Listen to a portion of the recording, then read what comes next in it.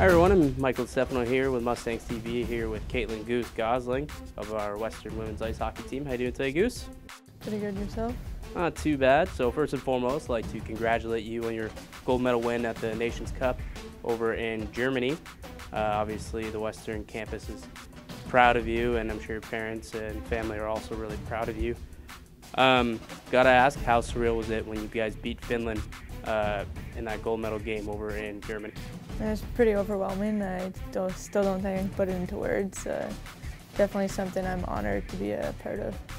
So I'm just wondering what the process was and what work you had to put in to get yourself there. I'm very new to the program.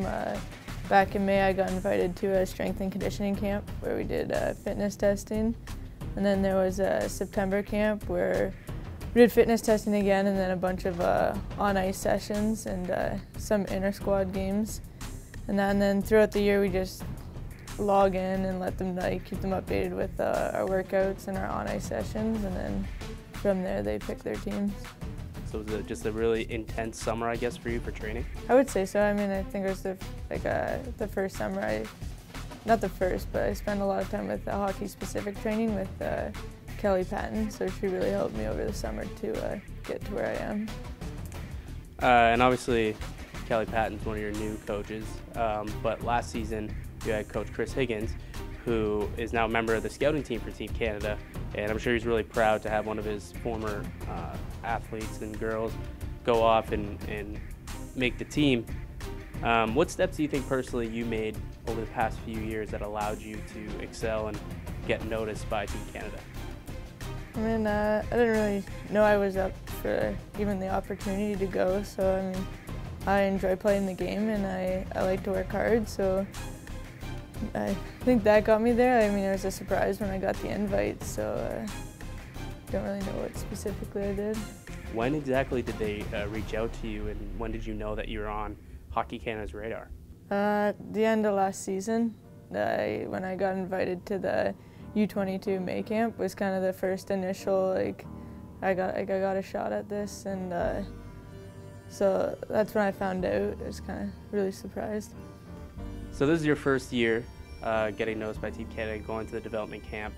Would you say that the skill level of the girls kind of surprised you, or would you say that you were able to keep up and play up to their skill level?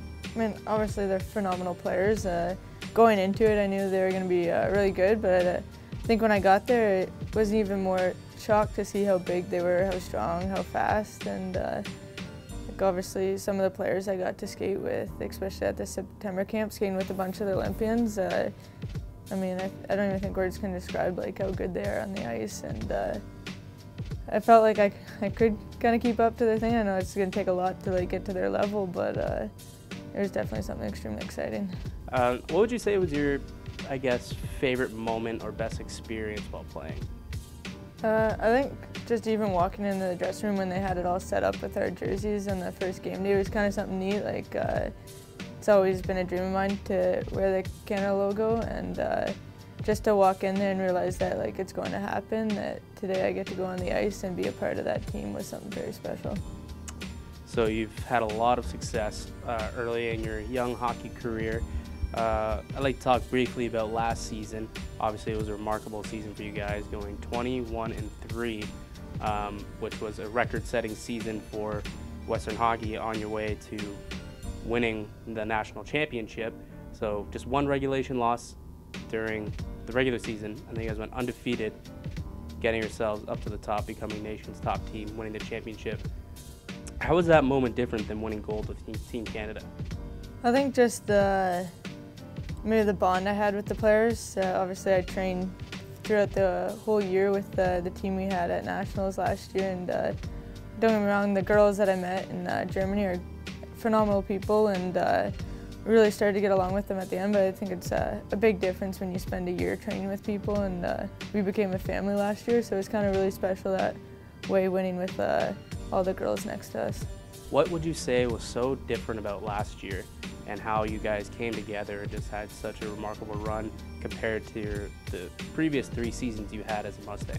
I would say it had to do a lot with the girls, but then even more importantly, our coach Dave Barrett did a phenomenal job at instilling a team-first attitude and just built that atmosphere for us. And I think we all got to like the thing where like we're all here for each other. We're all willing to put in the work, so might as well have fun doing it. So I think Dave did a really good job at teaching us that it's more important about what happens on the ice, but if we come together, that things will pull through.